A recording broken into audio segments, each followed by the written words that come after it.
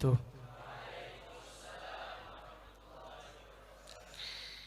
Alhamdulillahi rabbil alamin, wassalatu wassalamu ala asyrafil anbiya wal mursalin, sayyidina wa maulana Muhammadin wa ala alihi wa sahbihi ajma'in, wa la hawla wa la quwwata illa billahil aliyyil azim. Qala Allah ta'ala fi kitabihil karim, a'udzu billahi minasy syaithanir rajim. Bismillahirrahmanirrahim. Subhanaka la ilma lana illa ma 'allamtana innaka antal alimul hakim. Wa qala aidan rabbi shrah li sadri wa yassir li amri wahlul 'uqdatam min lisani yafqahu qawli, amma ba'd. Yang saya hormati segenap para habaib, para cucu daripada baginda Muhammad sallallahu alaihi wa alihi wasallam. Yang saya hormati para masyayikh, para asatidz, para guru, para tokoh agama, khususnya yang kita muliakan bersama Guru Arif hafizahullah wa mata'allah ala tuli hayatihi. Kita meminta kepada Allah agar Allah menjaga beliau, agar Allah memanjangkan umurnya di dalam kesehatan, sehingga dapat senantiasa membimbing kita untuk mendekat kepada Allah Subhanahu wa ta'ala dan meraih daripada ridha dan surga Allah Subhanahu wa ta'ala. Amin ya rabbal alamin. Hadirin wal hadirat, para muhibbin, para pecinta baginda Muhammad sallallahu alaihi wa alihi wasallam. Kalau saya tidak salah ingat, saya berdiri di majelis ini di bulan Rajab ini yang kali ketiga. Kali yang pertama kemarin saya bahas tentang kecepatan cahaya pada peristiwa Al-Isra baginda Muhammad SAW. Yang kedua saya bahas ini alasan kenapa diberangkatkan Rasulullah dari Masjidil Haram menuju Masjidil Aqsa. Maka mestinya kali ini saya bahas kelanjutannya tentang Mi'raj baginda Muhammad sallallahu alaihi wasallam. Berarti hitungannya ini season ketiga ini harusnya. Cuman kadang namanya film itu habis season 1, season 2 dia ada yang kalanya flashback, Pak. Namanya versi origin. Nah ini kalau bioskop ini ya.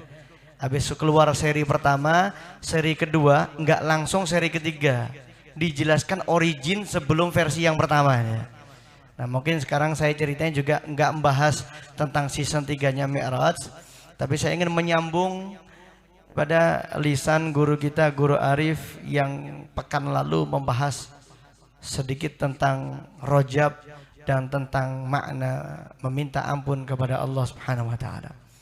Para muhibbin, para pecinta baginda Muhammad sallallahu alaihi wasallam, yakni beliau baginda Muhammad SAW bersabda, Rajab syahrullah wa Sya'ban syahri wa Ramadan syahru ummati.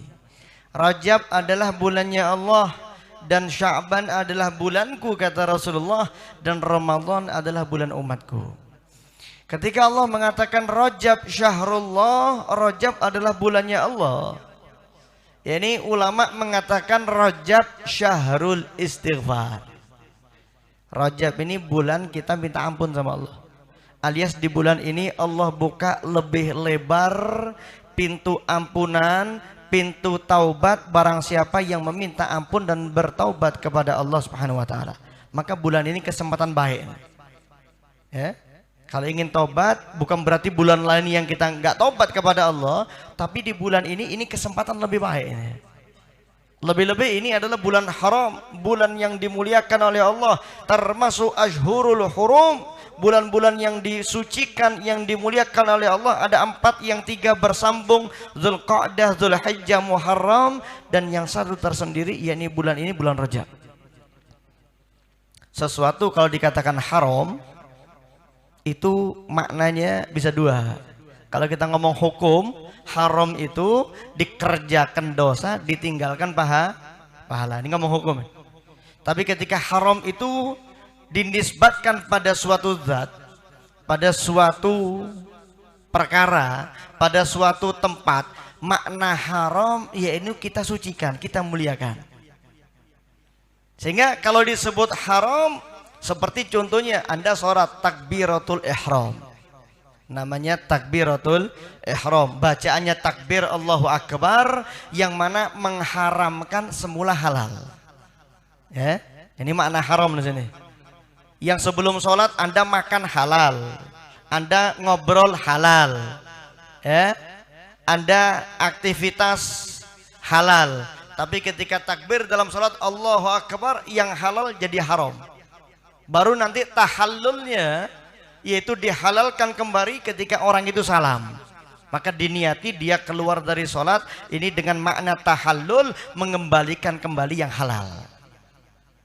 Kalau ini urusannya haji, urusannya umroh, makna ihram seperti halnya sholat, mengharamkan yang semula halal. Orang sudah pakai pakaian ihram, di miqat, dia niat untuk ihram. Maka ketika dia niat ihram, haram yang semula halal. Pakai wangi-wangian, haram. Orang laki menutup kepalanya, haram.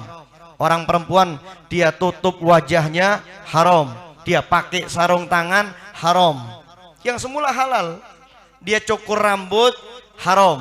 Baru ketika selesai umrohnya ada yang namanya tahallul, mengembalikan yang semula haram kembali halal kembali. Ini makna daripada haram. Nah, bulan haram, ketika kita katakan Mekah tanah haram, tanah yang suci, Anda di Masjidil Haram, nama masjidnya Masjid Al-Haram, masjid yang dimuliakan. Ketika Anda ngerjakan di Masjidil Haram sholat, nilainya berbeda ketika Anda ngerjakan masjid di Halung sini, di Balangan, di Kalimantan, di Indonesia, ataupun di seluruh penjuru dunia. Tidak sama seperti halnya Anda sholat di Masjidil Haram. Berarti ketika sesuatu itu dikatakan haram, ada nilai lebih. Ketika Anda melakukan kebaikan, demikian juga ketika Anda melakukan kejelekan. Maka di bulan-bulan suci ini hati-hati ya. Hati-hatinya gimana? Ini kesempatan baik kalau kita mau melakukan suatu kebaikan, karena di bulan ini pahala dilipat gandakan oleh Allah. Di setiap sesuatu yang dikatakan haram. Tadi Masjid Al-Haram, sholat di dalamnya nilainya berlipat ganda. Bulan ini bulan haram, aktivitas ibadah amal soleh di bulan ini pahalanya lipat ganda juga.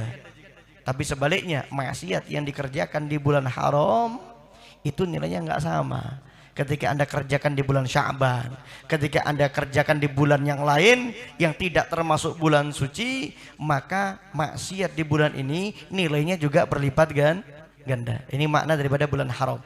Yang kita berada di Rajab di saat ini ya. Rajab syahrullah, Rajab bulan Allah, syahrul istighfar, kesempatan baik untuk minta ampun kepada Allah. Bahkan beliau baginda Muhammad SAW, kalau sudah masuk malam 1 Rajab, ini Nabi ya. Apalagi kita mestinya. Nabi kalau sudah masuk malam 1 Rajab, beliau banyak-banyak meminta kepada Allah, Allahumma barik lana fi Rajab wa Sya'ban wa ballighna Ramadan. Ya Allah, berkahilah kami di bulan Rajab, berkahilah kami di bulan Sya'ban, wa ballighna Ramadan, sampaikan saya kepada bulan Ramadan. Kata Rasulullah SAW. Ya? Maknanya apa? Maknanya berkah itu apa?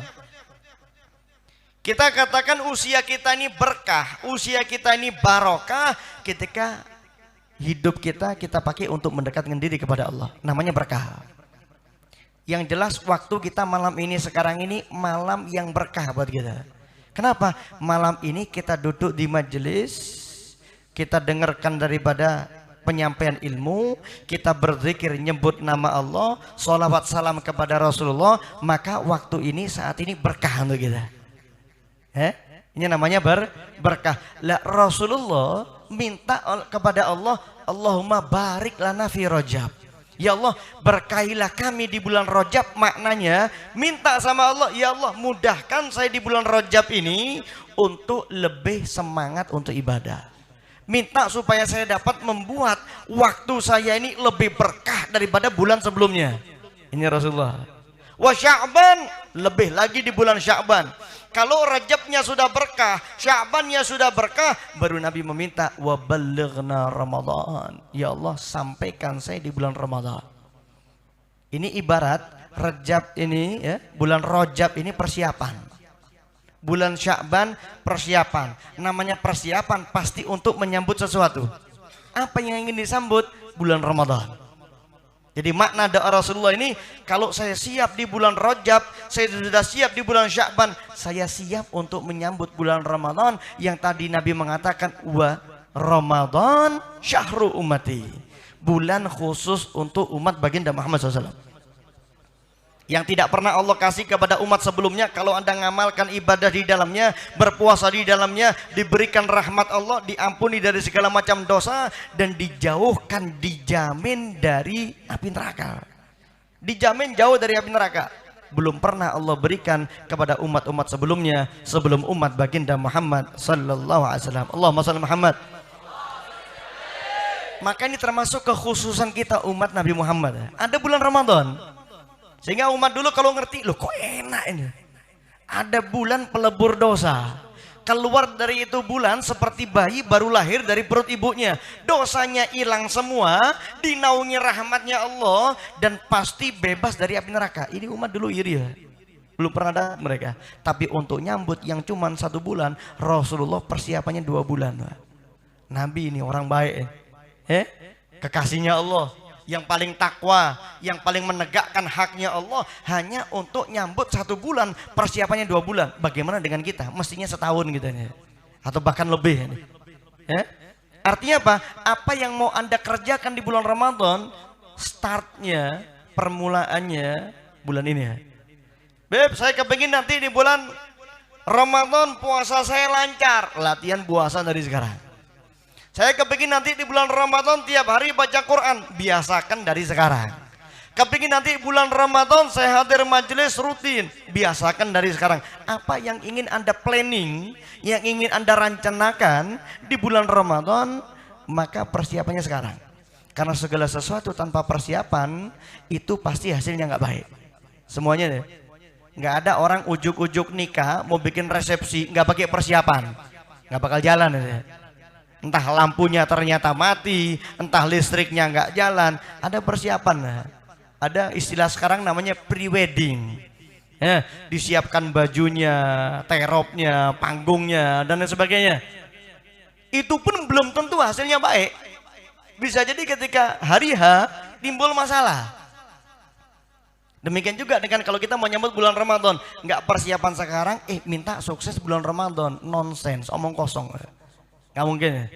Yang sudah persiapan saja belum tentu baik.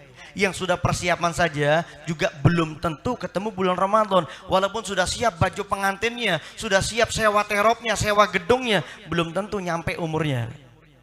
Maka ketika sudah siap Rajab Sya'ban, Rasulullah mengatakan wa balighna Ramadan. Ya Allah, sampaikan saya pada bulan Ramadan ya. Maka bulan Rajab ini bulan persiapan ya. Bulan persiapan, lebih-lebih amal berlipat ganda, demikian juga dengan maksiatnya. Maka bulan ini bulan perbaikan, bulan yang tepat untuk kita menuju kepada Allah Subhanahu wa taala, dimulai dari sekarang. Kalau ngomong memulai menuju kepada Allah, Anda mau sampai kepada Allah, Anda mau naik menuju kepada Allah, pesawat itu bisa naik kalau ringan. Kalau dia berat, mesin tidak mampu untuk ngangkat pesawat, nggak bakal terbang misalnya. Ada balon udara itu. Kalau mau terbang ini balon udara, pemberat harus dilepas dulu supaya naik. Selama ada pemberatnya nggak jalan. Kapal itu akan berlayar kalau jangkar sudah dinaikkan. Kalau jangkarnya masih di bawah nggak bakal jalan.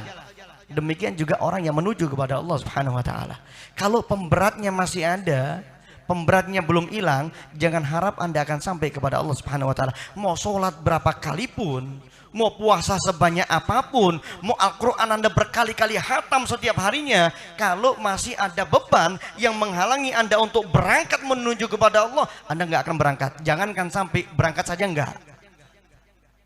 Berangkat saja enggak. Anda sudah naik mobil, sudah naik mobil ini, bensin sudah diisi, mesin sudah nyala, ternyata ini dirantai mobilnya ini pada tembok yang besar, yang kokoh, ya mau Anda gas sekuat apapun sampai bensinnya habis, ya nggak bakal jalan, nggak bakal gerak ini. Kecuali itu beban sudah dibuang. Penghalang untuk jalan tadi sudah dihilangkan. Apa penghalang kita kepada Allah? Dosa. Dosa ini penghalang. Orang kalau masih punya dosa nggak akan naik menuju kepada Allah. Orang kalau masih punya dosa, mau dia amal sebanyak apapun tidak akan sampai kepada Allah. Sholatnya banyak, tapi dosanya belum hilang, nggak sampai kepada Allah. Maka ini termasuk kesempatan baik lagi-lagi untuk memulai berjumpa pada bulan Ramadan. Persiapannya sekarang dan persiapan untuk sampai kepada Allah itu adalah at-taubah. Anda bertobat minta ampun kepada Allah. Hilangkan beban yang itu hubungannya langsung kepada Allah maupun beban yang hubungannya kepada orang lain. Bulan Rajab ini hilangkan semua supaya nanti lancar di bulan Ramadan, supaya keluar Ramadan, keluar daripada masuk daripada bulan Syawal, dosa hilang, dijamin masuk surga bighairi hisab. Amin ya rabbal alamin. Kemarin disampaikan sama Guru Arif bahwasanya disebutkan dalam kitab Kanzun Najah wa Surur, seorang ulama asal Kudus, orang alim asal Kudus Indonesia nih, di Jawa sana itu, tapi dia besar di Arab sana, termasuk ulama yang terkenal, ngarang kitab Kanzun Najah wa Surur yang isinya adalah amalan-amalan tiap bulan. Ketika masuk bulan Rajab disebutkan di kitab-kitab yang terdahulu, disebutkan dalam kitab Kanzun Najah wa Surur bahwasanya kalau masuk bulan Rajab ini sungai-sungai seluruh dunia ini ziarah ke air Zam-Zam.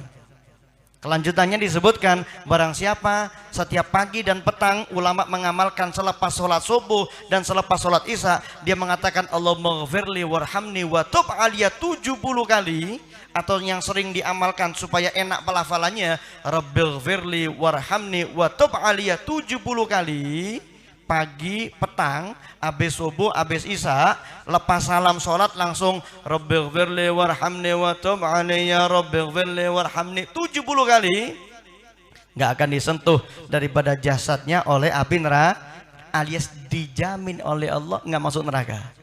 Sedangkan Anda kalau melewati jembatan As-Sirat, finishnya cuma 2, surga atau neraka, nggak ada yang di tengah-tengah, itu nggak ada. Surga atau neraka. Kalau dijamin tidak masuk neraka, berarti tempat kita adalah surga Allah. Nah, ini pintu ampunan dibuka lebih lebar, asal Anda ngamalkan tapi diresapi dalam hatinya. Rabbighfirli, ya Allah ampuni aku ya Allah, warhamni, rahmati aku ya Allah, wa tub alayya, terima tobatku. Gunakan benar-benar bulan ini untuk tobat. Jangan cuma ngamalkan wiridnya saja 70 kali tadi setiap habis subuh sama isya, tapi Anda betul-betul taubatan nasuha, benar-benar tobat. Enggak dikatakan tobat Anda dengan menghindar dari maksiat, oh berarti saya sudah tobat. Enggak. Hati-hati dengan istilah zaman sekarang yang mengatakan saya sudah hijrah. Ingat, hijrah itu bukan tobat, walaupun termasuk bagian dari tobat. Hijrah itu Anda pindah tempat dari A ke B. Sahabat dulu dari Mekah ke Madinah, cuma pindah tempat. Ya, orang kalau dia dulu mabuk, sekarang berhenti mabuk, dia katakan saya hijrah, saya berhenti dari mabuk. Berhenti dari mabuk itu belum tobat namanya. Ini hati-hati ini. Dulu saya tidak pernah sholat, Beb, sekarang saya sholat. Anda dulu nggak sholat, sekarang sholat, itu belum dikatakan tobat namanya. Ya? Dikatakan tobatun nasuha, dikatakan taubatan nasuha, itu modal utamanya adalah an-nadam, nyesel. Kalau nggak nyesel nggak tobat namanya. Kalau cuma sekedar meninggalkan maksiat, tidak mengulangi maksiat, nggak tobat. Syarat utamanya tobat menyesal.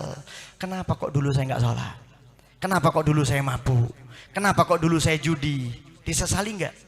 Kalau cuma berhenti, bukan tobat. Kalau cuma istilahnya hanya hijrah, hanya berhenti, namanya bukan tobat. Ada nggak penyesalan? Ini yang mahal. Kita kalau melakukan amal baik, Anda boleh lihat permulaannya, boleh lihat akhirnya. Bisa datang majelis ini, Anda boleh lihat permulaannya. Apa permulaannya? Bidayahnya.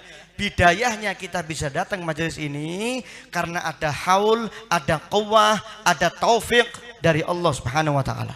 Ada daya upaya, ada kekuatan, ada taufik, dorongan kekuatan pada diri kita untuk melakukan taat dari Allah sehingga Anda bisa datang majelis. Apa tujuannya? Supaya nggak ada ujub. Saya bisa datang majelis ya karena taufik dari Allah. Saya bisa bangun tahajud karena taufik dari Allah, tidak memandang kekuatan pada dirinya.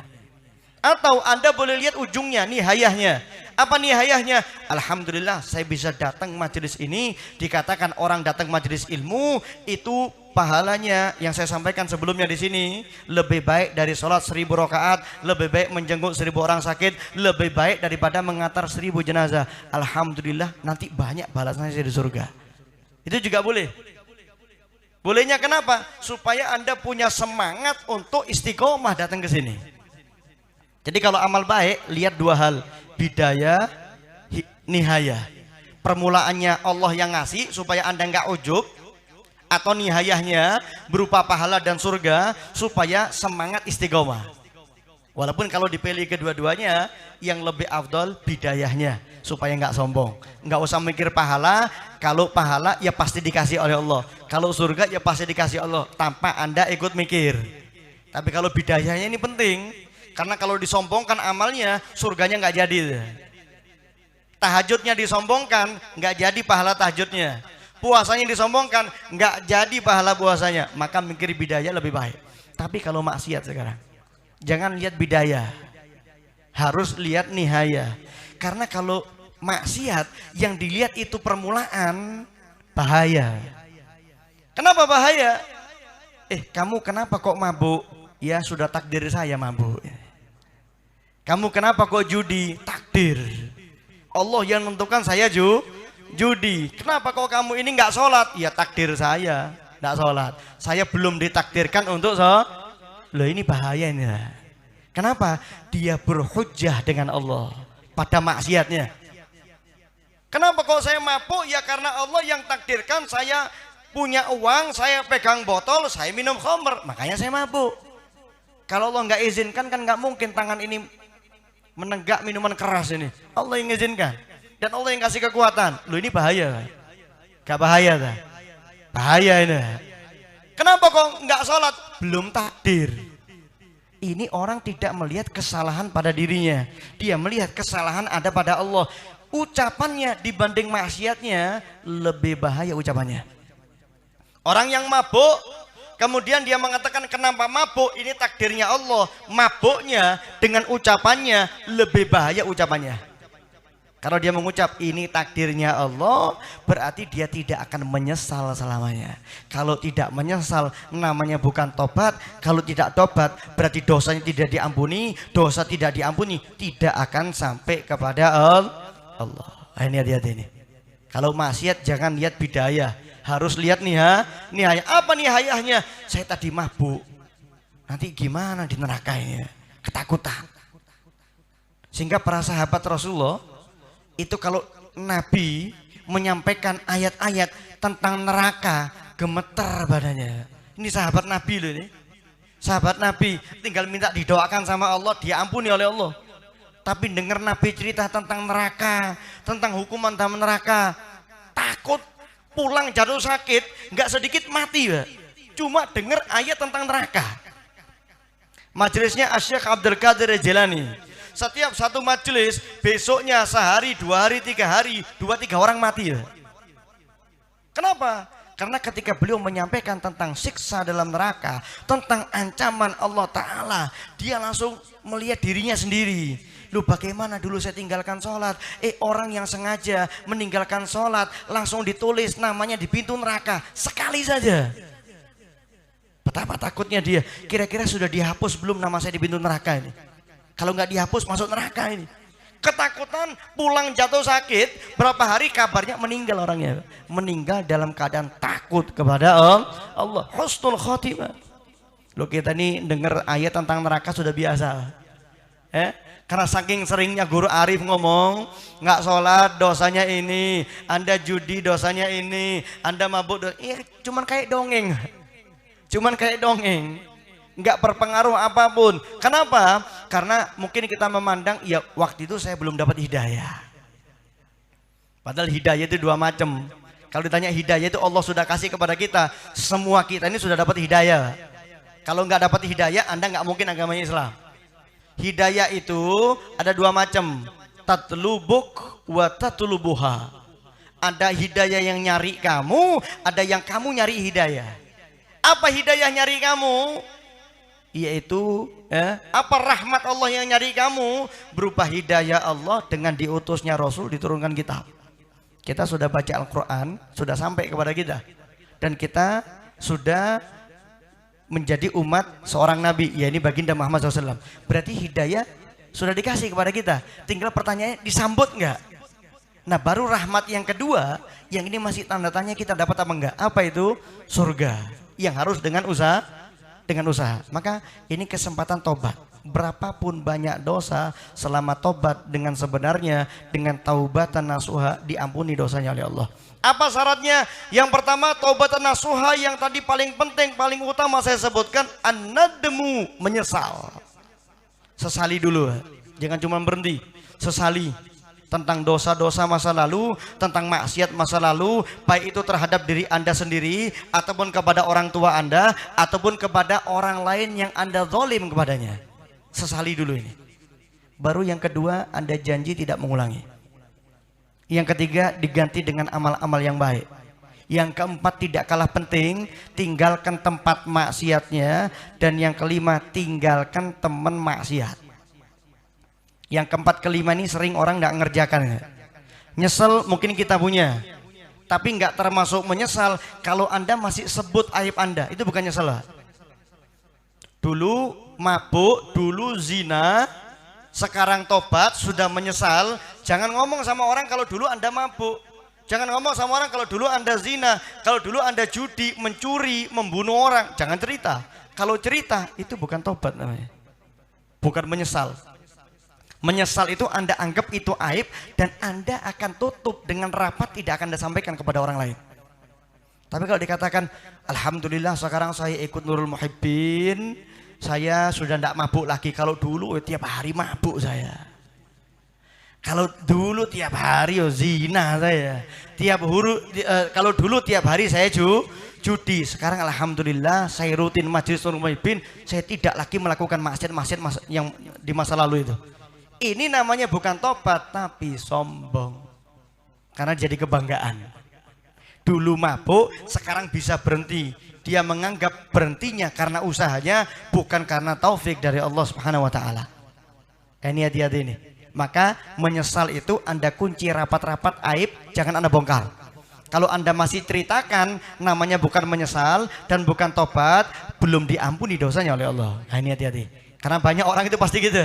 Dulu saya suka mabuk, Wib. Dulu saya begini, Semenjak saya datang majelis, sekarang saya taubat dari semuanya. Bukan taubat, Anda masih cerita. Cukup Allah yang tahu, tidak usah cerita orang lain. Bahkan jangan cerita kepada gurunya kalau perlu. Kecuali kalau Anda sulit untuk berhenti, share ke gurunya. Kok saya belum bisa berhenti ya? Kalau sudah berhenti, sudah jangan disebut. Ini namanya menyesal. Yang kedua tadi diganti yang baik, janji tidak ngulangi. Walaupun nanti terjadi lagi, setidaknya nggak direncanakan. Tadi malam kemarin mabuk, hari ini tobat. Sudah saya tidak mabuk lagi. Nanti bulan depan saya ulangi. Nah ini namanya bukan tobat. Ada perencanaan untuk mengulangi. Teman-teman, bro sekalian. Nah ini kita masuk bulan Ramadan. Sementara majelis judi libur. Jadi judi ada takhtim majelis juga, Pak, di bulan Sya'ban itu. Bukan cuma majelis seperti ini. Judi juga ada takhtimnya ya. Ini takhtim penutupan. Silakan keluarkan uang lebih banyak karena sebulan ke depan kita libur. Ada takhtim. Nanti insya Allah akan dimulai lagi. Insya Allah ya. Setelah bulan Syawal kita mulai lagi. Sekaligus halal bihalal. Halal bihalal di majelis judi. Nah ini namanya bukan tobat. Maka setelah menyesal, dengan dia tidak ceritakan lagi aibnya. Yang kedua, janji tidak ngulangi, bukan direncanakan untuk kembali mengerjakan. Walaupun nanti ada kalanya dia kalah lagi sama nafsunya, kalah lagi dengan tipuan setan, melakukan maksiat lagi, ya tobat lagi. Tapi tidak direncanakan dari awal. Ini makna yang kedua. Yang ketiga, untuk nutup dosa yang lalu itu perbanyak amal soleh. Ya, sudah minus kita ini banyak.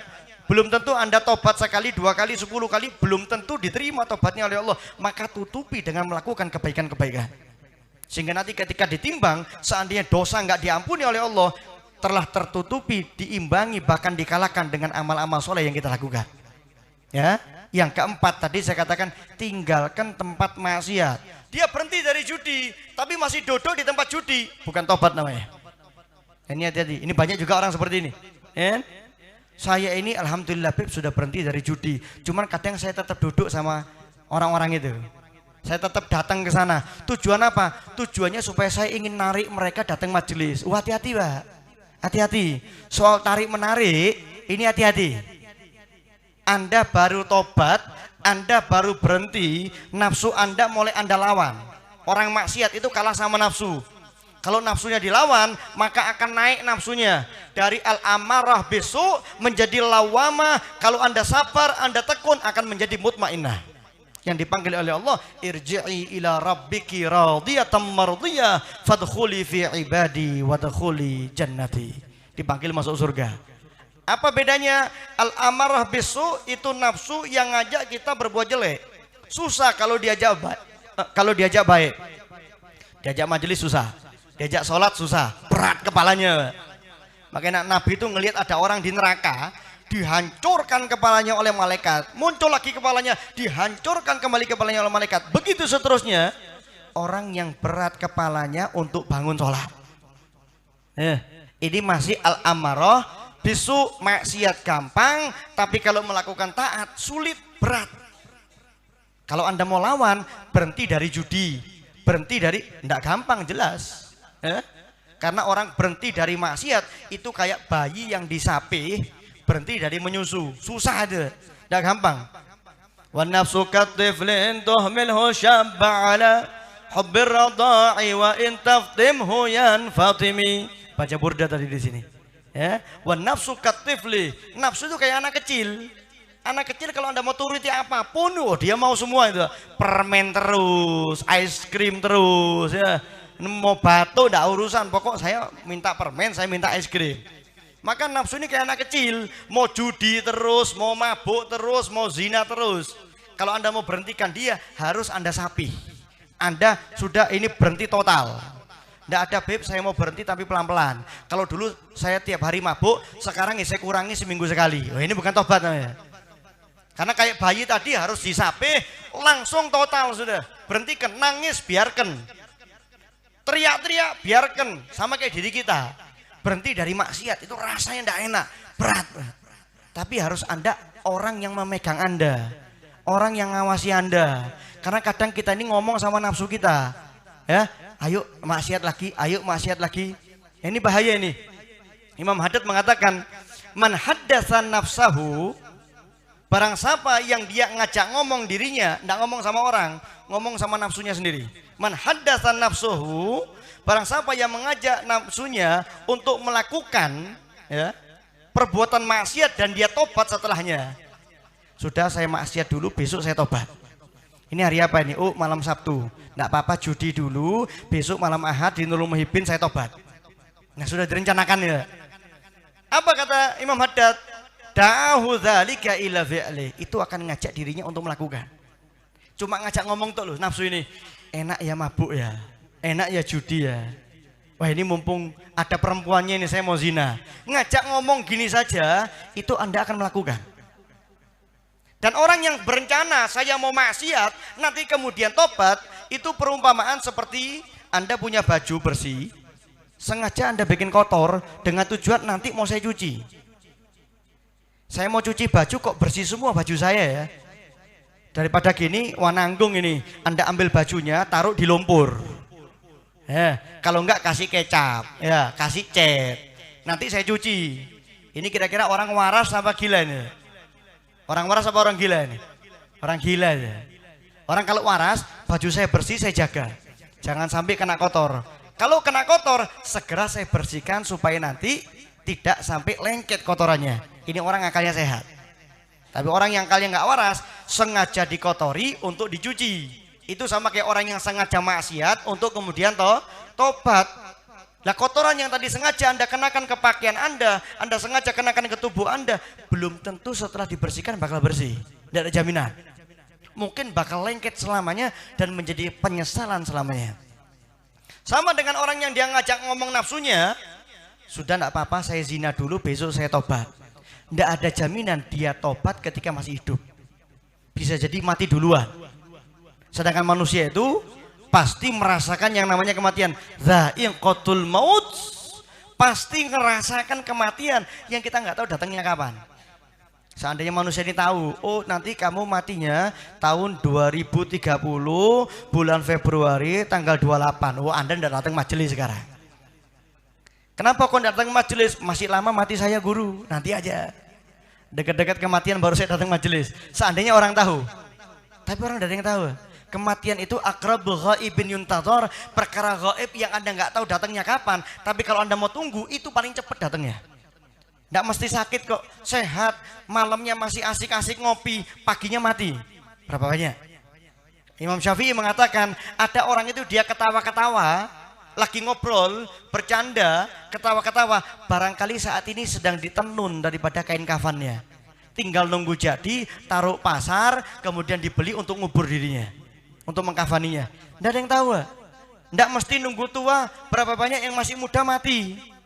Ya, naik motor, ya, naik kendaraan itu, ngebut, brek, tabrakan, mati. Berapa banyak? Yang tua nggak mati-mati, yo banyak. Tua nggak mati-mati.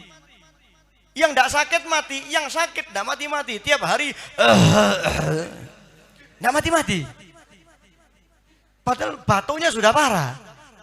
Dapat setahun di masjid datang terus 2 tahun. Dirasani ya sama orang sekitarnya. Kok nggak mati-mati ya? Padahal batuknya sudah parah ini. Nggak mesti.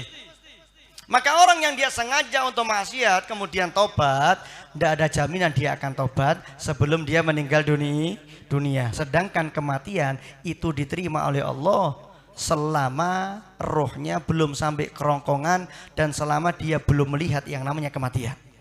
Kalau kematian sudah kelihatan, Anda mau tobat, setobat apapun tidak diterima oleh Allah.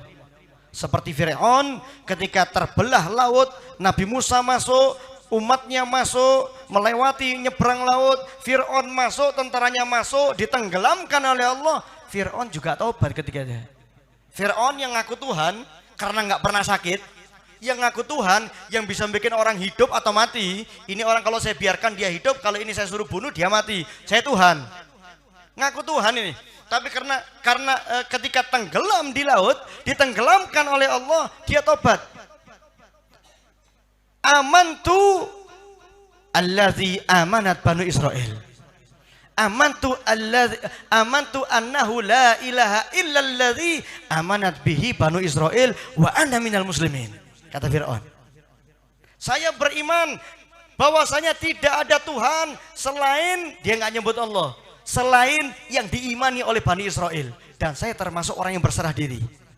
Apa Allah katakan? Al-an, sekarang kamu beriman. Kemarin kemana aja kamu ini? Al-an, sekarang kamu beriman. Waqad asaita qablu. Kemarin-kemarin kamu maksiat, kemarin-kemarin kamu ngaku Tuhan, kemarin-kemarin kamu menantang. Sudah kelihatan kematian, sudah tenggelam, dia mengatakan amantu annahu la ilaha illallazi amanat banu Israel wa ana minal muslimin. Tidak diterima taubatnya oleh Allah. Sudah kelihatan kematian. Maka taubat itu ketika Anda lagi sehat sekarang ini. Ketika Anda masih sadar, ketika malaikat maut belum kelihatan. Kalau malaikat maut sudah kelihatan, kalau kematian sudah di depan mata, dia sudah saksikan itu kematian, tobat tidak akan diterima. Kenapa? Karena syarat utama tobat yang tadi saya sebutkan adalah menyesal. Sementara orang yang sudah melihat kematian, tidak ada yang namanya penyesalan. Yang ada cuma takut mati, yang ada cuma merasakan sakitnya kematian, yang ada dia takut untuk masuk neraka. Bukan menyesal akan maksiat yang dia lakukan. Ini bulan Rajab kesempatan yang baik. Ya? Tinggalkan tempat maksiatnya, dan yang paling penting juga tinggalkan teman maksiat. Zaman Bani Israel ketika turun perintah Allah, hari Sabtu nggak boleh cari ikan. Terbagi 3 kelompok. Kelompok pertama dia taat, dia nggak cari ikan hari Sabtu, bahkan dia nahi mungkar, ngasih nasihat, jangan cari ikan hari Sabtu, dosa, haram. Tapi tetap ngopi bareng, tetap duduk bareng. Ada di antara mereka yang tidak nyari ikan hari Sabtu, sudah nahi mungkar, tapi ketika nggak diikuti nahi mungkarnya, dia nggak mau duduk bareng. Yang ketiga nyari ikan. Yang selamat cuma 1 golongan, yang tidak ngerjakan maksiat, yang sudah mencegah orang lain berbuat maksiat. Ketika orang lain masih maksiat, dia tinggalkan, dia nggak mau duduk bareng. Ini yang selamat. Adapun yang dia tidak maksiat, ngasih nasihat supaya orang tidak maksiat, tapi duduknya, ngopinya, ngobrolnya masih sama orang-orang ahli maksiat, tetap dihukum oleh Allah. Padahal cuma duduk bareng. Apa hubungan Allah berikan kepada mereka? Hukumannya adalah diserupakan wajahnya seperti monyet, seperti kera. Semuanya, walaupun yang tidak ikut maksiat, sama zaman sekarang ini ya. Zaman sekarang ini, Anda tidak maksiat tapi duduk sama orang judi, duduk sama orang yang mabuk, duduk sama orang tidak sholat, ini haram hukumnya, bukan tobat. Kalau tobat, Anda bikin circle yang baru, cari bestie yang baru. Kalau temennya itu maksiat, bukan bestie saya. Kalau orang yang suka maksiat, bukan circle saya. Circle saya orang majelis, circle saya orang taat ibadah. Yang tidak taat, saya buang dari circle. Ya, temen yang itu maksiat itu sama seperti pohon yang Anda sudah sirami bertahun-tahun, buahnya tidak keluar-keluar. Maka cara manfaatnya cuma satu, tok pohon ini manfaat apa? Diambil kayunya. Cara ngambil kayunya gimana? Ditebang. Sama teman juga gitu. Teman yang tidak ngajak orang, teman yang tidak mengajak Anda menuju kepada Allah, berarti ini teman sudah tidak ada gunanya. Sudah waktunya dipotong. Ya, delkon, dihapus dari kontak, kalau perlu diblokir. Daripada Anda diajak maksiat. Ini lebih-lebih orang yang tidak sholat. Nah ini Isra Mi'raj intinya adalah sholat. Perkara paling penting, duduk sama orang tidak sholat itu paling bahaya. Al-Imam Abdullah Haddad dalam kitab Risalul Mu'awana mengatakan, kalau kamu punya istri, kamu punya anak, kamu punya orang yang kamu tanggung, kamu punya orang yang tinggal di rumahmu, pastikan mereka sholat. Pastikan mereka sholat. Kalau nggak sholat, kamu tegur dia. Kenapa nggak sholat? Kalau masih nggak sholat, kasih nasihat supaya dia mau sholat. Kalau masih tidak sholat, ancam dia. Kamu kalau nggak sholat, saya pukul kamu. Masih nggak sholat, pukul. Masih juga nggak sholat, yang terakhir ini usir. Beb, bagaimana kalau istri usir? Gak bahaya dah? Bahaya ini ya. Bagaimana kalau anak usir? Kenapa? Loh, kok keras, Beb? Ini bukan keras. Anda menyelamatkan diri Anda dan Anda menyelamatkan keluarga Anda. Fa inna tarikas sholah, karena sesungguhnya orang yang meninggalkan sholat, kata beliau, syaitanum ba'idum min rahmatillah wa muta'aridun li sukhti wa ghadabi au kamagal. Karena orang yang meninggalkan sholat, yang tidak mau sholat, itu adalah syaitan yang jauh dari rahmatnya Allah. Setan yang jauh dari kasih sayangnya Allah. Bukan cuma tidak dirahmati Allah, bukan cuma tidak disayangi sama Allah, wa muta'arridun, dia menarik jadi magnet untuk di tempat itu turun murka dan amarah dari Allah. Maka timbul pertanyaan, Beb, rumah tangga saya kok enggak enak ya? Kamu sholat, istri sholat, tapi ternyata ada satu orang enggak sholat di rumahnya. Rumah itu tempat turun murkanya Allah, cuman gara-gara satu orang enggak sholat. Ini alasan beliau, kalau ada yang enggak sholat di rumahmu, perhatikan, tegur, nggak mau nasihati, nggak mau ancam, nggak mau pukul, nggak mau usir, selamatkan yang lain, biarkan ini penyakit Anda buang. Itu orang tidak sholat. Kenapa? Tidak sholat itu nggak punya agama. Apa kata Rasulullah? Ladina liman la sholata lahu. Nggak ada agama bagi orang yang nggak sholat. Orang yang mabuk masih dikatakan Islam. Orang yang zina bahkan bunuh orang masih dikatakan Islam. Tapi yang nggak sholat bukan Islam. Ladina liman la sholata lahu, nggak punya agama orang yang nggak sholat. Loh, yang mabuk saja masih diakui Islam.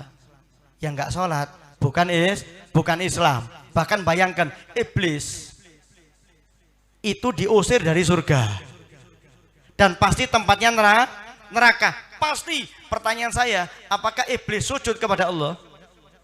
Sujud. Iblis mau sholat, cuma tidak mau sujud kepada Nabi Adam karena merasa lebih baik. Padahal tujuan sujud kepada Nabi Adam untuk memberikan penghormatan bahwasanya ini adalah khalifah terbaik di atas muka bumi, yaitu manusia. Allah sudah uji, ternyata manusia paling unggul dan menjadi khalifah di atas muka bumi. Iblis bangsa jin sudah disingkirkan dari atas muka bumi. Ya, sudah Allah kirim malaikat, karena sebelum manusia menempati jadi khalifah di bumi, jin terlebih dahulu di sini. taat mereka, kemudian maksiat, kebanyakan maksiat.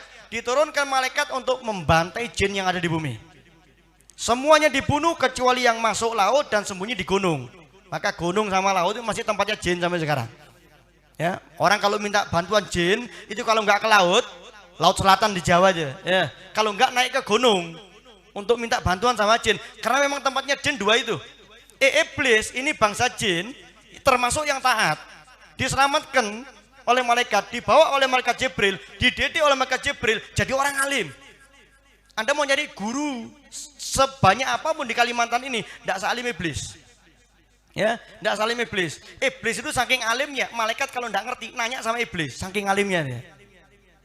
Kalau nanya soal ibadahnya tidak sejengkal daripada muka bumi ini kecuali pernah dipakai sujud sama iblis.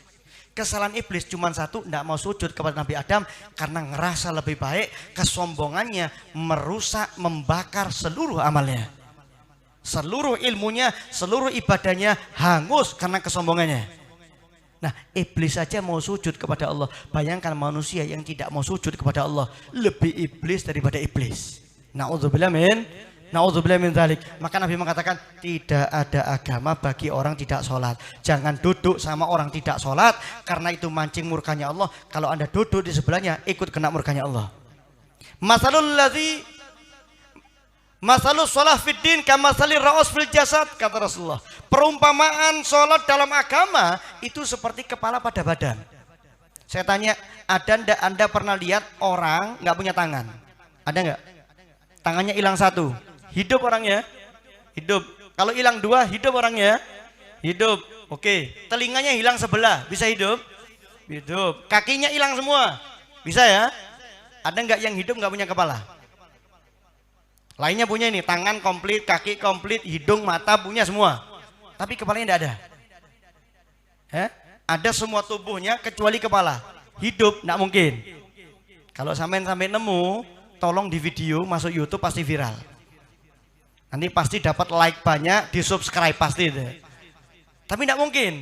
Nah, sholat dalam agama itu seperti kepala pada badan. Sebanyak apapun perintah yang Anda tinggalkan, asal bukan sholat, masih dikatakan punya agama. Yang terakhir, kalau kita mengharap di majelis ini, oh saya baca sholawat salam kepada Rasulullah, saya mengharapkan syafaat dari Rasulullah, nggak sholat, nggak akan dapat syafaat. Sebanyak apapun, Beb saya tiap hari 10.000 ini sholawatan, saya tiap hari 1 juta ini sholawatan, nggak sholat, nggak bakal dapat syafaat. La tamliku syafa'ah, tidak memiliki syafaat. Syafaat itu tidak akan didapatkan illa man ittakhadha 'inda rahmani ahdan, kecuali orang itu sudah bikin perjanjian, kesepakatan dengan Allah. Apa ini perjanjian? Hadis Nabi mengatakan al ahdu bainana wa bainahum as-shalah faman tarakaha faqad asyrak. Perjanjian antara kami, kata Rasulullah, dengan mereka, yakni umat Rasulullah, as-shalah adalah sholat. Anda kalau sholat masih diakui umat Nabi Muhammad, masih dikatakan Islam. Kalau nggak sholat, nggak diakui. Diriwayatkan Nabi akan masuk ke dalam neraka untuk cari umatnya dibawa masuk surga. Didapati oleh Nabi ditarik satu orang nggak sholat, dilarang oleh Allah. Yang ini jangan, nggak sholat, tidak dapat syafaat.